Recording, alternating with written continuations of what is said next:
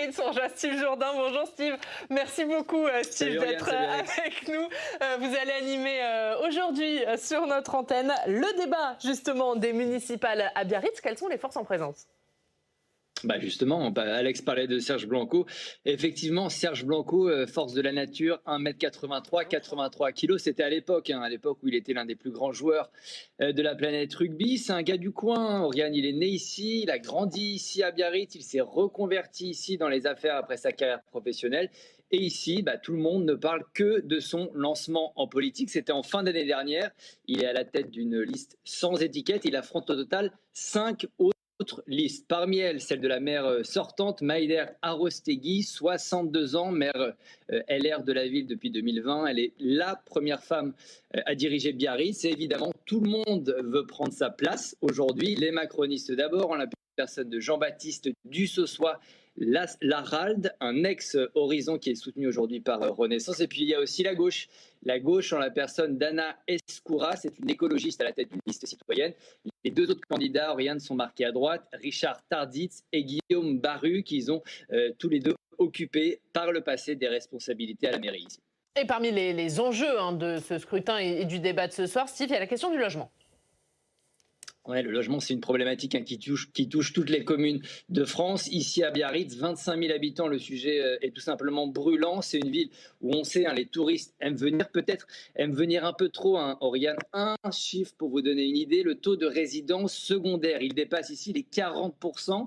La question est donc simple, comment loger les Biarros? Question qui se pose à chacun des 6 candidats. On leur posera bien évidemment la question tout à l'heure avec Jefferson Desports de Sud-Ouest. On parlera aussi plage et palace 5 étoiles. Évidemment, il sera aussi question de rugby. Vous l'aurez compris, ici, c'est difficile d'y échapper. Je vais devoir réviser un peu avant le débat. Quelle heure il est? Bon, ça va, j'ai le temps. C'est à 17h le débat. Vous avez un peu le temps et on ne doute pas que vous allez y arriver. Merci beaucoup. Merci Steve. On suivra bien évidemment ça sur notre antenne. Débat que vous animez avec Jefferson Desports, vous l'avez dit, de Sud-Ouest, débat des municipales à Biarritz. 17h, 18h sur notre antenne. Merci Steve. Bon débat. Et on diffusera également les débats de Brest. Ce sera encore avec vous Steve d'ailleurs. Brest, le mardi prochain, Rennes, mercredi 4, ainsi que Saint-Etienne, jeudi 5 et Roubaix, mercredi 11 mars. Et puis, il y aura aussi des débats d'entre-deux tours. Vous les voyez, Bordeaux, Strasbourg, Montpellier, ce sera le 18 mars. On va en parler avec vous. Bonjour à tous les deux d'être là. Bonjour Stéphane Vernet, rédacteur en chef délégué de Ouest France à Paris. Merci Stéphane d'être avec nous. Bonjour Émile Leclerc. Merci également d'être là, directeur d'études chez Odoxa. On va évidemment revenir sur le baromètre Odoxa, Public Sénat, la presse régionale sur les municipales. Mais d'abord, un mot sur Biarritz. L'enjeu, Steve en parlait. Biarritz, il y a évidemment, Stéphane, la figure de Serge Blanco. C'est aussi un peu l'illustration des candidats sportifs, des candidats de la société civile qui s'engagent en politique. Oui, il y en a toujours eu, surtout au niveau local, en fait. Vous avez des figures locales qui marquent. Donc voilà, il ne faut pas oublier que les municipales, c'est avant tout, et ça reste avant tout, et on le voit dans le baromètre, dans le résultat du baromètre, ça reste d'abord une élection locale avec les candidats sont incarnés, ils sont connus par les gens, donc voilà, ce sont des équipes, ce sont donc oui des figures, des grands sportifs, vous pouvez avoir des capitaines d'industrie, mais ça peut être aussi des présidents d'associations, enfin des gens qui sont présents et qui sont connus, très identifiés dans le tissu local, ont un avantage, entre guillemets, par rapport à d'autres candidats, évidemment. Ouais. Émile Leclerc, est-ce qu'on arrive à le mesurer? Est-ce que les figures de la société civile, du monde sportif, qui sont connues pour leurs exploits sportifs, est-ce qu'ils transforment l'essai dans les urnes? Oui, alors ça présente un avantage, c'est ce que disait Stéphane Vernet, c'est un bénéfice de notoriété qui est immédiat. Souvent pour des candidats localement, la difficulté, c'est de se faire connaître par la majorité des habitants. Et donc, on le voit avec Serge Blanco, on le voit avec Jean-Michel Aulas à Lyon, des capitaines d'industrie, vous le disiez, comme par exemple à Montpellier avec Moed Altraz. Ce sont des personnalités qui sont connues. Et donc, tout de suite, vous avez ce bénéfice de notoriété, ce qui ne se transforme pas systématiquement en vote, parce que vous pouvez être clivant, parce que vous pouvez avoir des idées qui ne correspondent pas aux idées des habitants localement. Mais c'est forcément un bénéfice au démarrage. Et d'ailleurs, on le voit par ailleurs, que certains s'engagent non pas en tête de liste, mais vont s'engager au sein des listes et souvent les candidats cherchent à récupérer ces personnalités locales pour en bénéficier évidemment. On va continuer à parler des municipales. C'est le thème de notre baromètre mensuel Odoxa pour Public Sénat, pour la presse régionale. Et on commence par l'intérêt des Français pour cette élection. Alors, on est à 3 semaines maintenant du premier tour. Et l'intérêt, il est énorme. Et 1075% des Français disent s'intéresser aux municipales, dont 35% beaucoup. Oui, exactement. Ça progresse enfin. On a une vraie progression par rapport à il y a un an. En fait, la campagne des municipales démarre assez tardivement, si vous comparez aux élections nationales comme l'élection présidentielle, où on a l'impression d'être déjà en 2027. Souvent, les élections plus locales vont démarrer un peu au dernier moment, mais là, on constate que effectivement, les Français s'intéressent à cette élection. Dans le détail, quand on creuse un petit peu, vous avez traditionnellement des catégories de population qui sont un peu plus intéressées, notamment les plus âgés par rapport aux plus jeunes, mais aussi les CSP+, comme les cadres, comparés aux ouvriers. Vous avez par exemple 78% des cadres qui disent s'y intéresser pour seulement 62% des ouvriers. Donc ça donne aussi une petite indication sur l'électorat qu'on aura le jour J. Et traditionnellement, ce sont souvent les retraités, les CSP+, qui votent davantage que les plus jeunes et les catégories populaires. Mais ça veut dire de la participation, forcément? Est-ce que les gens qui s'y intéressent vont aux urnes? A priori, c'est souvent assez corrélé, mais ça n'anticipe, on ne peut pas anticiper une participation qui serait accrue par rapport à l'élection précédente. Les municipales, c'est toujours l'élection qui est la plus, la plus fréquentée, comment dire, à laquelle il y a le plus de participation. Et je vous rappelle qu'il y a eu un cas particulier, c'est 2020. 2020, les municipales se sont tenues dans un contexte extrêmement spécifique. On était en plein démarrage de l'épidémie de Covid. Et je vous rappelle qu'il y a eu un décalage de plusieurs mois entre le premier et le second tour. C'était du jamais vu. Premier tour en mars, second tour en juin. Exactement, à cause de la pandémie, du confinement, etc. Et il y a plein de gens qui ne sont pas allés voter au municipal de 2020, parce qu'il y a aussi une surreprésentation des personnes, des seniors en fait, dans toutes les élections. Et c'était aussi ce public-là qui était très inquiet de la maladie. Donc voilà. Donc moi je pense qu'on aura forcément cette année, évidemment, un sursaut de participation par rapport à 2020. La question, c'est est-ce qu'on retrouve les étiages habituels, donc très forte participation au municipal par rapport à tous les autres scrutins, ou alors est-ce qu'on observe quand même une petite érosion qui pourrait être liée à une espèce de désabus et de désintérêt profond pour la politique en général? La question qui se pose aujourd'hui, c'est est-ce que le désamour des Français et des Françaises pour les hommes et les femmes politiques de ce pays au niveau national va avoir un effet aussi au niveau local, et ça on le saura en mars. Et alors justement, vous avez posé la question, Émile, dans ce baromètre, est-ce qu'il y a une nationalisation des municipales? Est-ce que les Français vont voter en fonction des enjeux politiques nationaux ou en fonction des enjeux locaux? Et alors, c'est assez net, 76% disent qu'ils vont voter en fonction des enjeux de leur commune. Exactement, et c'est assez traditionnel, les municipales restent évidemment une élection locale avec des enjeux locaux. En revanche, on voit quand même une progression par rapport à il y a 3 mois de 5 points quand même des enjeux nationaux. Donc ce qui se passe au niveau national, on pense évidemment à ce qui s'est passé la semaine dernière avec la mort de Quentin Derenc. Tout ça peut avoir aussi des effets au niveau local, et c'est particulièrement le cas auprès des électeurs les plus jeunes qui voient avant les enjeux nationaux. Mais il faut rassurer les gens, ça reste une élection locale avant tout pour les Français, et c'est là-dessus qu'ils vont se prononcer. On voit, je reviens rapidement sur la potentielle participation, on voit aussi qu'il y a beaucoup de villes où il y a des enjeux très importants, où ça peut être extrêmement serré. Et donc ça peut pousser aussi à une forte participation, parce qu'une élection qui est presque jouée d'avance, forcément, vous avez beaucoup de gens qui ne vont pas forcément se déplacer. Et puis, il risque d'y avoir dans beaucoup de villes aussi des effets de vote barrage, que ce soit contre le Rassemblement national, qui peut être présent dans beaucoup de grandes villes, ou contre la France insoumise aussi pour un grand nombre d'électeurs. On a mesuré la semaine passée dans un sondage quand même que les 3/4 des électeurs pourraient se déplacer pour voter pour un candidat qui n'est pas le leur a priori, mais pour faire barrage à la France insoumise, qui est un niveau extrêmement élevé et qui est même supérieur à ce qu'on a mesuré récemment pour le Rassemblement national. Donc il y aura tous ces enjeux-là qui vont être différents d'une ville à l'autre, évidemment, mais qui peuvent motiver à la participation d'un grand nombre d'électeurs. On verra si... Oui, et c'est peut-être pas anodin en termes de partis politiques et de résultats, Stéphane, parce que depuis des années, on constate une différence entre les votes nationaux et les votes locaux. C'est pas du tout les mêmes partis qui gagnent selon le type de vote. Oui, parce que ça reste, en fait, les municipales, ça reste, on l'a dit, il faut le redire, ça reste avant tout un scrutin de proximité, un scrutin local. Vous votez pour quelqu'un que vous connaissez, pour un projet, pour une équipe incarnée, des gens avec lesquels vous avez des relations. Enfin, il faut rappeler quand même quelques vérités. Enfin, le problème des municipales, c'est qu'on regarde toujours le soir des résultats, on regarde toujours les résultats en fonction des très grandes villes, en fait. Mais en réalité, je vous rappelle que 97% des communes de ce pays ont moins de 10 000 habitants. Donc voilà, et quelles que soient les années, quels que soient les scrutins, en général, les grandes masses sont toujours les mêmes. Vous avez les 3/4 des exécutifs en place qui sont reconduits. Les 3/4. 75% des équipes sortantes, en fait, ou municipales, qui sont reconduites. Mais ce qu'on regarde à chaque fois, le soir du premier tour ou du deuxième tour, c'est qu'est-ce qui se passe à Lyon, qu'est-ce qui se passe à Lille, qu'est-ce qui se passe à Paris, à Marseille, à Strasbourg, à Bordeaux, à Rennes, à Nantes, dans les très grandes villes ou les villes moyennes. Mais en fait, on descend pas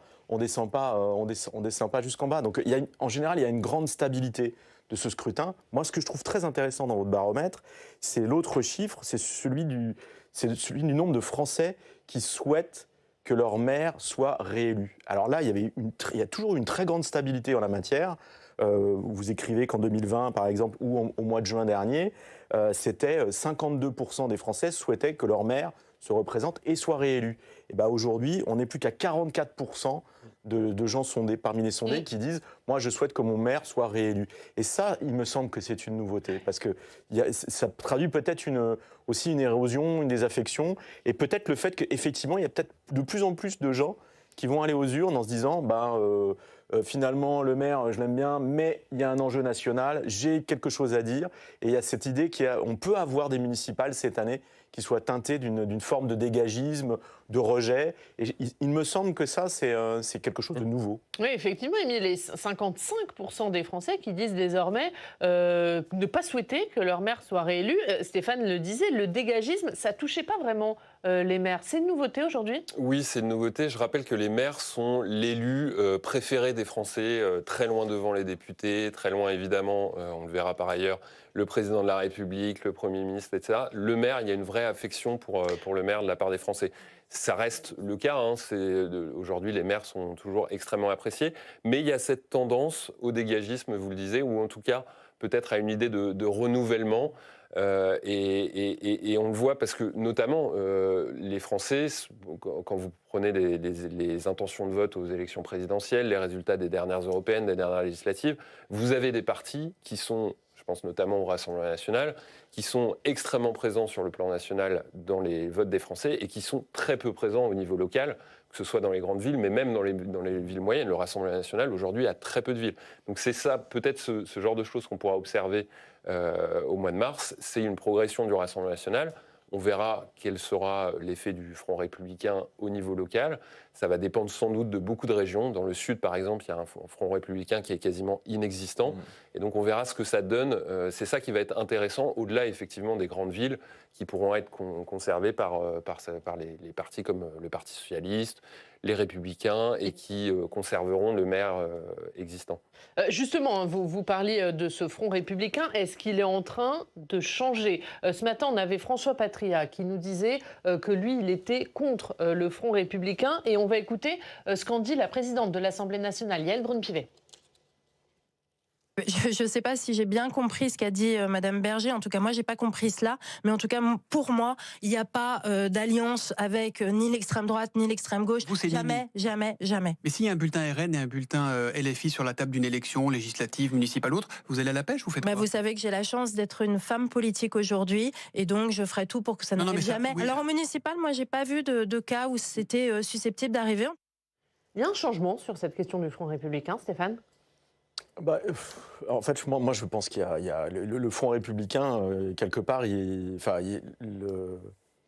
la dissolution législative de 2024, en fait, vous vous souvenez tous de l'effet Front républicain, etc., le barrage au Rassemblement national, le résultat, le fait qu'ensuite, si vous voulez, il y a eu tout un match au niveau national sur qui doit être nommé Premier ministre, qui a la majorité, pas de majorité, comment on fait, quel gouvernement, etc. Vous avez toute une partie de l'électorat, je pense, qui s'est senti peut-être pas trahi, mais déçu par rapport aux résultats tels qu'ils ont été présentés et ce qui s'est passé ensuite. Et avec l'idée que finalement, cette histoire de de barrage républicain ou de front républicain peut conduire à une déception ou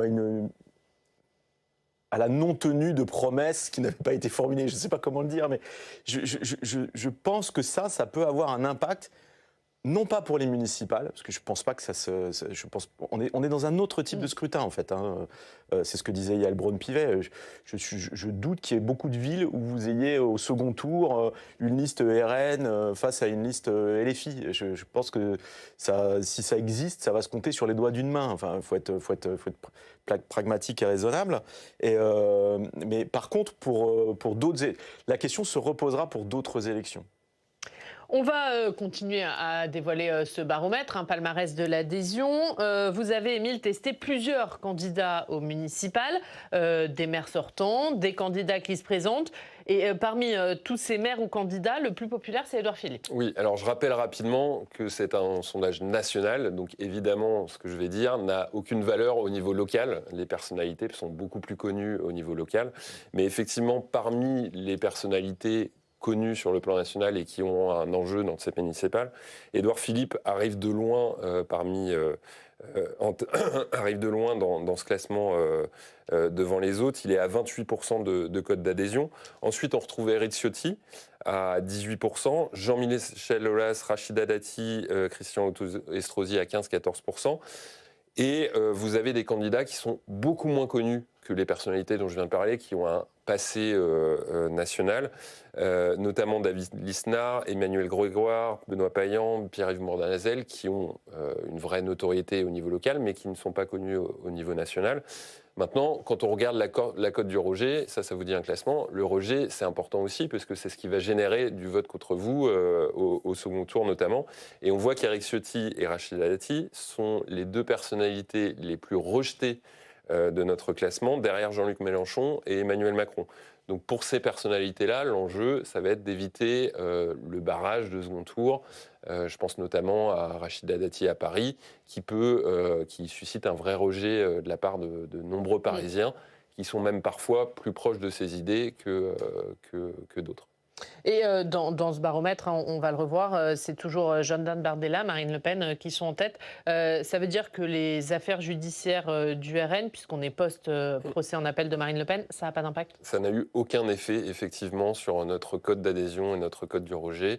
Alors, cette affaire, elle date pas d'hier, hein, elle remonte avec le temps, mais effectivement, le seul effet que ça a eu sur le temps long, c'est que Jordan Bardella est passé devant Marine Le Pen. Mais sinon, ça n'a pas eu d'effet particulier. Ouais. C'est une surprise ou pas que ça ait aucun impact, Stéphane ? Non, pour plein de raisons, en fait. Il y a un socle électoral du Rassemblement national qui ne cesse de progresser dans ce pays depuis des années, et en fait, et qui est extrêmement stable. Et donc, voilà. Puis il y a une rhétorique qui fait que, finalement... que le Rassemblement national soit un parti condamné pour des détournements d'argent, etc. Bon, c'est sûr que par rapport au narratif, main propre, tête haute, il y a quelques décennies qui était tenu par Jean-Marie Le Pen, etc., l'image du parti est cordée, mais en fait, on est face à un électorat qui pardonne tout. En se disant oui, en fait, peut-être que nos dirigeants et notre parti, peut-être qu'il y a de la corruption aussi chez nous, mais les autres aussi. Et puis finalement, prendre l'argent de l'Union européenne, c'est pas si grave, en oubliant que c'est aussi c'est d'abord l'argent des Français, en fait, hein, dont on parle.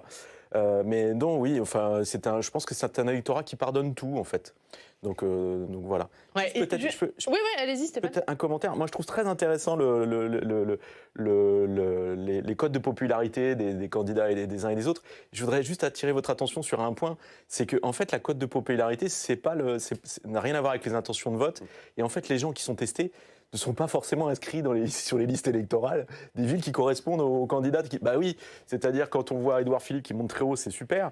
Mais en fait, il y a toujours un décalage entre la perception qui est au niveau national et ce que les gens vivent et comment ils les perçoivent au niveau local. Je vais vous donner un exemple très simple. Regardez, Anne Hidalgo, par exemple, pendant des années, quand vous discutiez avec des chauffeurs de taxi, etc., avant les municipales de 2020, vous aviez plein de gens qui vous disaient « c'est scandaleux, il y a plein de travaux, c'est insupportable, cette ville est mal gérée, etc. » Et en fait, elle a été réélue en 2020 sans problème. Pourquoi ? Parce que les chauffeurs de taxi, par exemple, ou tous les gens qui viennent en voiture à Paris, qui se plaignent sans arrêt des travaux et de l'état de la ville, ils n'habitent pas Paris, en fait. et ils ne votent pas à Paris. Donc il y a toujours un décalage entre cette perception au niveau national sur l'ensemble d'un échantillon et en fait la réalité de la proximité qui n'est pas forcément la même. Et la cote de popularité, c'est pas non plus... Elle vous donne peut-être une indication, mais ça ne fait pas le vote, quoi. Oui, il y a une bonne illustration à ça quand vous regardez les personnalités préférées de ce qu'on appelle le bloc central, les sympathisants de droite et du centre. On voit qu'il y a quasiment une parfaite égalité entre Gérald Darmanin, Sébastien Lecornu, Édouard Philippe et Gabriel Attal, qui sont un peu les grandes têtes de proue. En intention de vote, aujourd'hui, quand ces différents candidats sont testés pour la présidentielle, on voit qu'Édouard Philippe surperforme par rapport à ses concurrents. Donc la popularité n'est pas systématiquement synonyme d'intention de vote. Il y a un bon exemple à ça, c'est De Villepin, qui est assez populaire ces derniers temps, mais quand vous le testez en intention de vote, il fait des scores très bas. Et regardez Jean-Michel Aulas, 15% d'adhésion. Au niveau national sur l'ensemble. Mais je suis sûr qu'à Lyon, il est beaucoup plus connu et sa cote d'adhésion est beaucoup plus forte que ça, en fait. On termine un mot par, comme tous les mois, la popularité de l'exécutif. Émile, alors c'est stable pour Emmanuel Macron, toujours 23% de bonnes opinions. C'est quasi stable. Sébastien Lecornu, il prend un point, il est lui à 34%. Oui, il y a un vrai écart entre les deux têtes de proue de l'exécutif. Quand vous regardez dans le détail, puisqu'effectivement, ils n'ont quasiment pas bougé, malgré la séquence budgétaire, malgré la séquence internationale pour Emmanuel Macron, ils sont assez stables. Ce qui est intéressant à voir, c'est l'écart qu'on peut constater entre les deux personnalités. Et en particulier, quand vous creusez par proximité partisane, Sébastien Lecornu est quand même plus apprécié auprès du socle électoral d'Emmanuel Macron, les sympathisants Renaissance. Il y a 10 points d'écart. Auprès des sympathisants PS, il fait plus 27 points. Auprès des sympathisants LR, plus 16 points. Donc il arrive à être plus apprécié de toutes les composantes politiques qui peuvent un jour voter pour un candidat macroniste à la prochaine présidentielle. Donc c'est un vrai avantage pour Sébastien Lecornu, éventuellement en vue d'une présence en 2027. Oui. Avantage Lecornu ? Alors, Sébastien Lecornu, quand vous lui posez la question, moi je l'ai fait il n'y a pas longtemps, en fait il vous répond non, 2027, j'y pense même pas en me rasant, et c'est pas mon sujet, je suis à Matignon, j'ai un job, voilà. Bon, donc, Moins de soldats.